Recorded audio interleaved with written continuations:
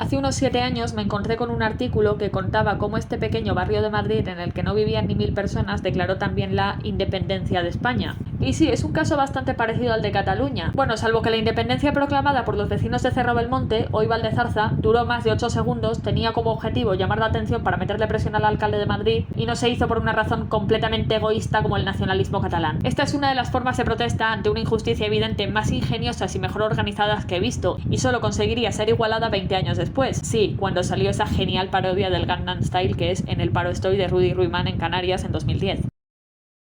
A comienzos de la década de los 90 estaba en auge el ladrillo. El 15 de abril de 1988 el diario ABC publicó una noticia titulada Nuevos estudios para erradicar las 19 bolsas de pobreza de Madrid, en la que explicaban que el ayuntamiento, encabezado por Agustín Rodríguez Sahagún, de la Unión de Centro Democrático, planeaba construir unas 7.200 viviendas para acabar con el deterioro urbano, que en casos se trataba de chabolismo y en otros de infravivienda, y que, mediante la expropiación, se dejará el suelo vacante para destinarlo al servicio público, comercial o habitacional. Entre estas bolsas de pobreza se encontraban los barrios de Puente de Vallecas, El Carmen, Glorieta Elíptica, Carabanchel Bajo, Méndez Álvaro, Delicias y el protagonista de esta historia, Cerro Belmonte. En Cerro Belmonte, actualmente Valdezarza, por entonces vivían poco más de 200 personas, las suficientes para hacer un gran ruido mediático. Estaba compuesto de casas bajas y era habitado por personas mayores principalmente. Lo habían fundado 125 familias 40 años atrás y las viviendas las habían construido ellos mismos, de forma informal, pues carecían de los permisos necesarios. El detonante de las protestas fue, 1, que como alternativa al realojamiento solo les ofrecieron irse a Vallecas o Villaverde, alejados de Cerro Belmonte, y 2, que el ayuntamiento, como indemnización por la expropiación de sus casas, solo les iba a pagar 5.018 pesetas por metro cuadrado.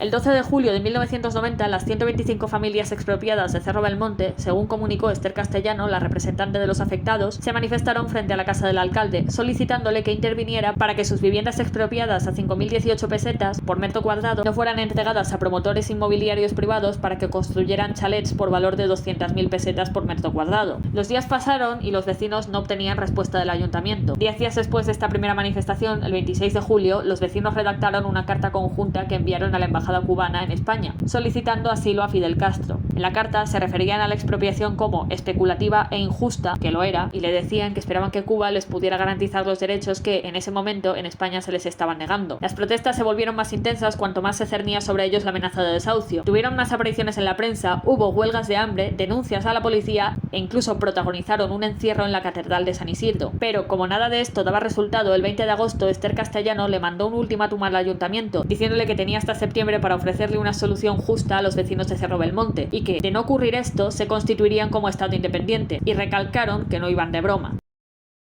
Por si os lo estáis preguntando, en efecto, Fidel Castro sí que recibió la carta que enviaron a la embajada cubana, y el 3 de agosto 25 vecinos de Belmonte, incluyendo su representante Esther Castellano, viajaron a La Habana. Castro se reunió con ellos y les ofreció vivienda gratuita en Cuba si finalmente eran desahuciados. En su discurso por el 37 aniversario del asalto al cuartel de la Moncada durante la Revolución, hizo una breve mención a ellos, poniéndoles como ejemplo del verdadero pueblo español. Mientras tanto, en Madrid los vecinos montaron barricadas para bloquear los accesos a Cerro Belmonte y no descartaron emprender otras medidas más espectaculares y llamativas. Los expropiados rechazaron las ofertas del gerente de urbanismo del ayuntamiento, Fernando Hipólito, y le exigían que los pisos que les fueran a ofrecer como compensación debían tener por lo menos más de 100 o incluso 200 metros cuadrados. Llegado el mes de septiembre sin que el ayuntamiento les ofreciera una solución real, los vecinos de Cerro Belmonte demostraron que lo de la independencia iba completamente en serio. El 5 de septiembre de 1990 se convocó un referéndum en el que 212 de los 214 vecinos del barrio votaron a favor de la independencia de Cerro Belmonte. La votación se realizó en la casa de la Desi, una de las afectadas por las expropiaciones más mayores del barrio, en urnas de cartón y con papeletas hechas por los vecinos. Así se constituyó, pues, el reino de Cerro Belmonte. Sí, lo llamaron reino a pesar de que nunca nombraron ningún rey. Redactaron una constitución, diseñaron una bandera, que es esta de aquí, compusieron un himno que decía así: no queremos pan, no queremos vino, queremos al alcalde colgado de un pino, e incluso llegaron a acuñar una moneda propia, a la que llamaron belmonteño. Un belmonteño equivalía a 5.018 pesetas, que era la irrisoria indemnización que Sahagún les ofrecía a cambio de expropiarles sus casas. Los belmonteños también llegaron a pedirle a las Naciones Unidas que reconocieran su independencia, y volvieron a solicitar asilo político a Cuba. No faltaron los periódicos de los nacionalistas vascos como Egin, que trataron de apropiar apropiarse de la causa de los vecinos de Cerro Belmonte, a pesar de que en la Constitución dejaban claro que, si se anulaban las expropiaciones, volverían a unificarse con España. Y así fue. Una semana después, Sahagún finalmente cedió y anuló las expropiaciones. Después de celebrar el anuncio de la anulación de las expropiaciones, el reino de Cerro Belmonte, tras una consulta popular, volvió a integrarse en la Comunidad de Madrid, reunificándose así con España en noviembre de 1990.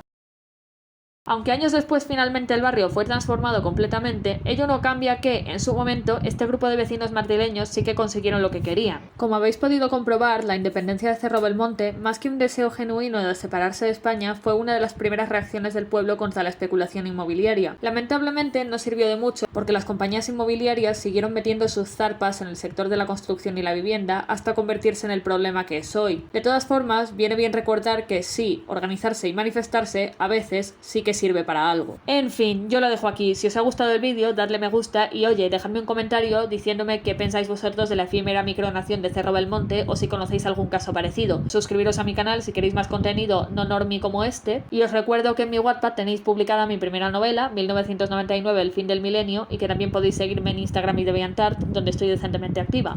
Y si queréis hacer un poco más por mí, podéis invitarme a un café a través de Ko-fi. Sin más, me despido. Nos vemos en el próximo vídeo.